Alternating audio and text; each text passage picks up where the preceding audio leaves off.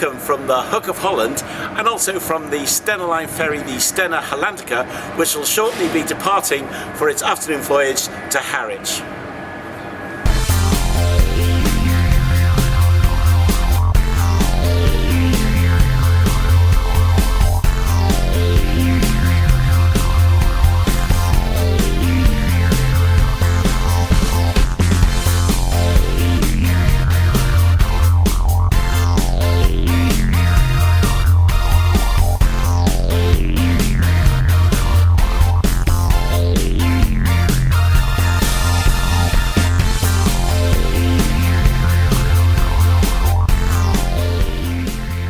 The Hollandica and its sister ship the Britannica are a familiar sight on the Felixstowe scene as they make their daily trips to Harwich. They're the largest ferries on the North Sea, and they're designed to take roll-on, roll-off freight, as well as cars and their occupants, and for passengers coming by train or coach. As the voyage to Holland is 5 to 6 hours, there's accommodation for up to 1,200 passengers in comfortable cabins like this. Although they're not particularly luxurious, they're probably the best ferry cabins for a UK ferry. They have all the facilities you'd expect in your average Travelodge or Premier Inn. In addition, the TV also shows the ship's current position, has a bridge cam, and also a CCTV of the kennels for passengers with dogs. Needless to say, there are all the usual facilities for eating and shopping. Although the Stena ferries are popular with travellers to the Netherlands and Northern Europe, the real bread and butter for these vessels is this: freight. It carries lorries and their drivers, as well as these trailers to be picked up in Harwich. Trailers are big business, and what's here is, in addition to the 2 services a day Stena also do from Harwich to Rotterdam Europort. Ferries are good business for the haven ports generally, with passenger services to Holland and Esbjerg in Denmark from Harwich, as well as freight-only services from Felixstowe, Ipswich and Harwich to Holland and Belgium, as well as to Germany and the Baltic and even West Africa.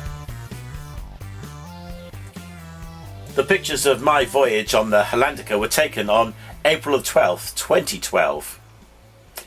Exactly 100 years ago, on April 12th, 1912, the liner Titanic sailed from Southampton on her maiden voyage. We all know what happened to her. In the early hours of April the 15th, the ship went down with a loss of 1,572 people. At the time, it was the largest loss of life at sea for any single vessel. We've all seen the haunting pictures of the wreck 3,700 metres down on the Atlantic seabed.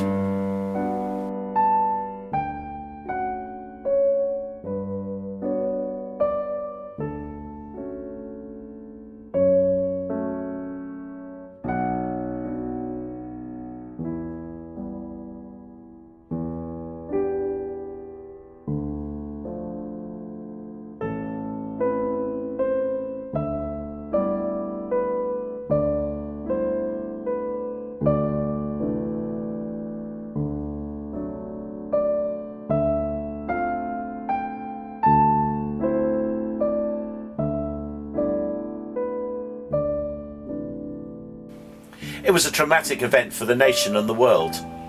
As a result of the tragedy, massive changes were made to the design of ships and the rules for safety at sea.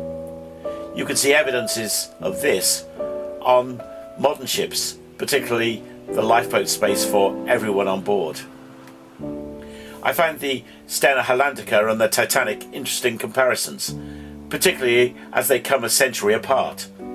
Titanic was the largest moving object in the world back in 1912. By the scale of today's largest ships, she was small. That said, she was a very similar size to the North Sea's largest ferry, that is the Hollandica. She was 46,000 tonnes, 20,000 less than the Hollandica.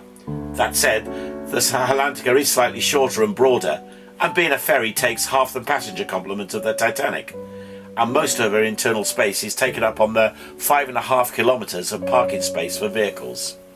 The Hollandica has benefited from 100 years of experience and tragedy, not just learned from the Titanic, but others too, like the Herald of Free Enterprise.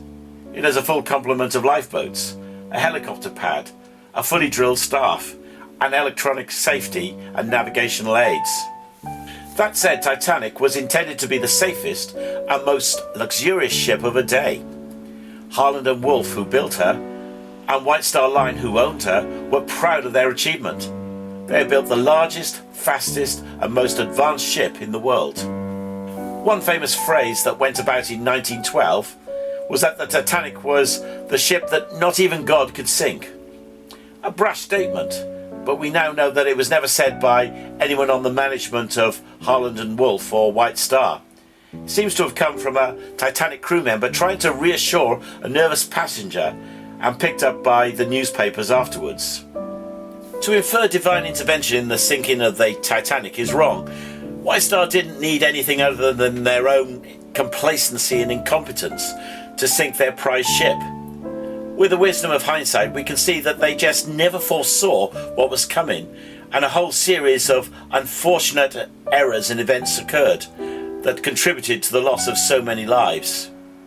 What was worse is there seemed to be very little conception that such a large ship could sink so easily. This led to error of judgment after error of judgment in how the ship was sailed and how the disaster, when it happened, was managed. Captain Smith, who eventually went down with that Titanic, said before the journey started, "I cannot imagine any condition which would cause the ship to founder. I cannot conceive of any vital disaster happening to this vessel. Modern shipbuilding has gone beyond that." If there's anything we've learnt in 100 years, is that it's pretty easy to sink a large ship. They're steel boxes, and all you need to make them sink is to fill them with water. Far larger and better built vessels than the Titanic have met a watery grave. All it's needed is bad seamanship, careless maintenance, poor safety measures, or a war to put tonnage onto the seabed.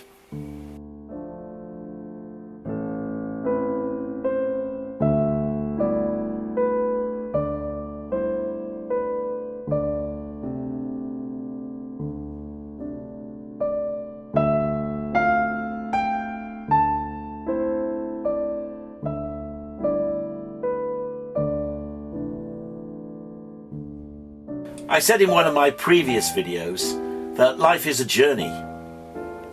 We can also compare it to being a voyage. And in our voyage of life, have we weighed up the risks and costs involved in living our lives in the way we want to? In the Bible, there's a verse that says this: "There's a path before each person that seems right, but it ends in death." Now that doesn't sound very cheerful, does it? But think on this. Who would have gone on Titanic if they knew it was going to sink? What the verse is getting at is that if we choose to live our lives without God, then it's all going to end up in disaster. Are we going to be complacent about our life and not factor God into the equation? Or do we think we have it all sussed anyway? God wants us to take life's journey with him, and Jesus opened a way by which we can do that. The decision to take him on board is ours. Thanks for listening, and God bless you.